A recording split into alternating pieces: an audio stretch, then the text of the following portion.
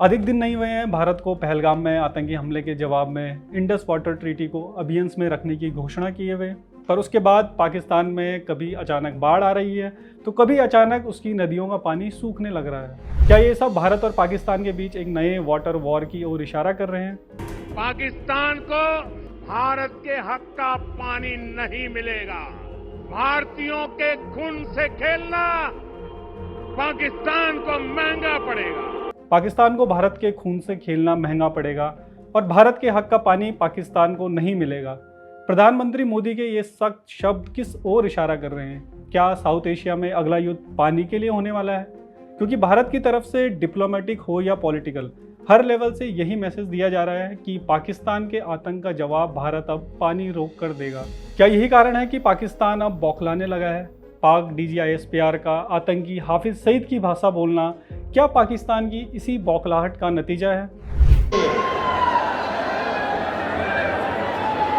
तुम हमारा पानी बंद कर दोगे, हम तुम्हारा सांस बंद कर देंगे। क्या बिलावल भुट्टो का भारतीयों का खून बहाने की धमकी पाकिस्तान के डर को दिखा रहा है?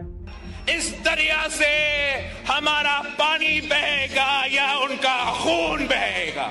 पाकिस्तानी सीनेटर ये क्यों कह रहे हैं कि इंडस वाटर ट्रीटी को अभियंस में डालकर भारत ने हम पर वाटर बॉम्ब गिरा दिया है जिसे जल्द ही डिफ्यूज करना होगा? 10 में से 9 लोग जो है इंडस वाटर बेसिन के ऊपर ही लाया करके अपनी जिंदगी बसर कर रहे हैं। 90% स्टेटिस्टिक्स के मुताबिक 90% जो हमारी क्रॉप्स हैं, जो हमारी फसलें हैं, वो इस पानी पर डिपेंड करती हैं। हमारे जितने पावर प्रोजेक्ट्स हैं, जितने डैम्स हैं, वो इसी पानी के ऊपर बने हुए हैं। तो इसलिए अगर ये हम इसको हम समझते हैं कि ये एक वाटर बॉम्ब हमारे ऊपर पड़ा हुआ है जिसको हमने डिफ्यूज करना है, इसको खत्म करना है। क्यों एक्सपर्ट ये कह रहे हैं कि भारत का इंडस वाटर ट्रीटी को अभियंस में डालना किसी सर्जिकल स्ट्राइक से या एयर स्ट्राइक से कहीं बड़ा फैसला है?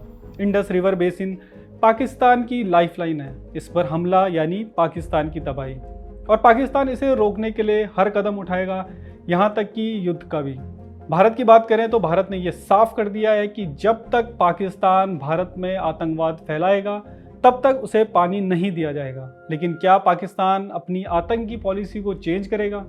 ऐसा लगता तो नहीं है, क्योंकि ये आतंकी पाकिस्तान के अपने एग्जिस्टेंस के लिए इम्पोर्टेंट है। तो क्या पाकिस्तान के पास भारत के वाटर बम को डिफ्यूज करने का एकमात्र रास्ता युद्ध है? क्या इसलिए भारत ने ऑपरेशन सिंदूर को अभी तक खत्म करने की घोषणा नहीं की है?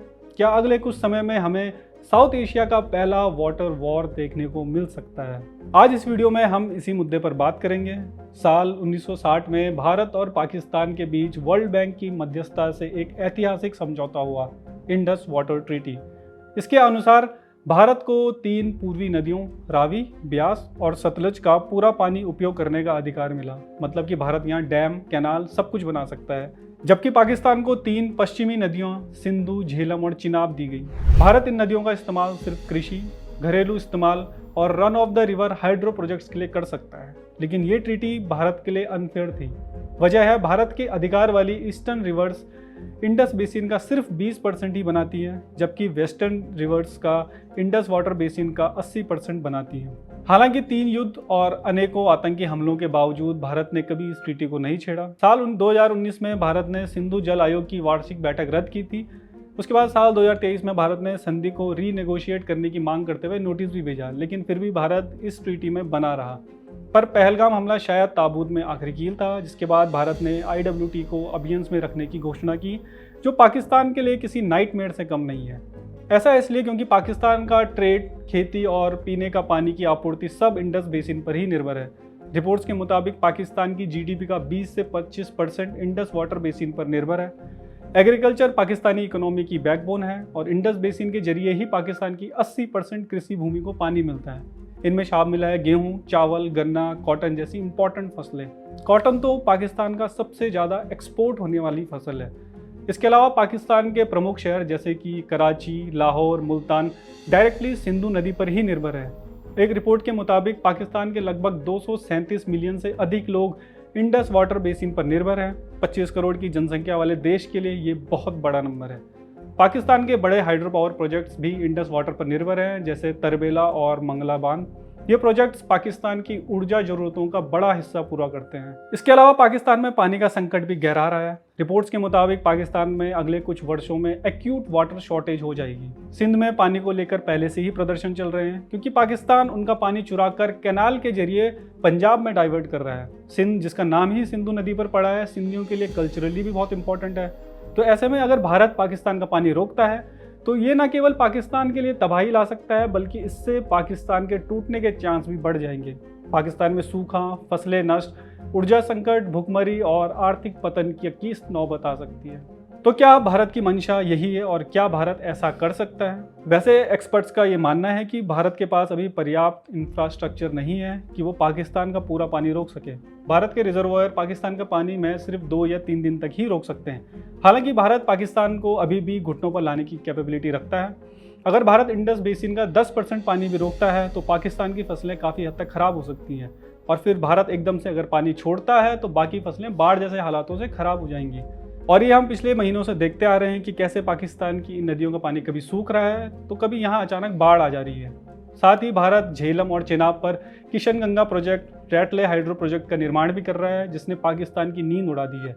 भारत किश्तवाड़ में पाकुल दुल हाइड्रो इलेक्ट्रिक प्रोजेक्ट पर भी काम कर रहा है। इनके जरिए भारत इंडस, चेनाब और झेलम का पानी डाइवर्ट करने की स्थिति में आ जाएगा। भारत ने इन प्रोजेक्ट्स को फास्ट ट्रैक भी कर दिया है और माना जा रहा है कि अगले साल तक ये तैयार हो जाएंगे। इन परियोजनाओं से भारत अब पश्चिमी नदियों के पानी को भी धीरे धीरे नियंत्रित करने की स्थिति में आ जाएगा, जो पाकिस्तान के लिए सबसे बड़ा खतरा होगा। इसीलिए तो पाकिस्तान भारत के इस फैसले को एक्ट ऑफ वॉर कह रहा है और इंटरनेशनल फोरम पर भारत के IWT को अभियान में डालने के फैसले के खिलाफ मोर्चा खोलने की तैयारी में भी है। एक्सपर्ट्स का मानना है कि अगले कुछ महीने भारत और पाकिस्तान के संबंधों के लिए क्रूशियल होंगे, क्योंकि पाकिस्तान IWT को वापस लाने के लिए कोई ना कोई मिस एडवेंचर जरूर करेगा। यही वजह है कि भारत ने अभी तक ऑपरेशन सिंदूर को खत्म नहीं किया है और अपनी फोर्सेस को हाई अलर्ट पर रखा है। पाकिस्तान की तरफ से कोई मिस एडवेंचर बहुत जल्द एस्केलेट होकर एक वाटर वॉर की शुरुआत कर सकता है, जिसे रोकना किसी के लिए आसान नहीं होगा। भारत ने साफ कर दिया है कि IWT तभी बहाल होगा जब पाकिस्तान आतंकवाद का रास्ता छोड़ेगा। हालांकि भारत को ये पता है कि पाकिस्तान ऐसा कभी नहीं करेगा। तो क्या ये कहा जा सकता है कि IWT ट्रीटी अब कभी वापस नहीं आएगी? और अगर ऐसा होता है तो क्या ये कहा जा सकता है कि भारत पाकिस्तान एक बड़े युद्ध की दहलीज पर खड़े हैं? हमें इसका जवाब आप कमेंट सेक्शन में जरूर दीजिए। तब तक के लिए आप देखते रहिए द पैम्फलेट। जय हिंद।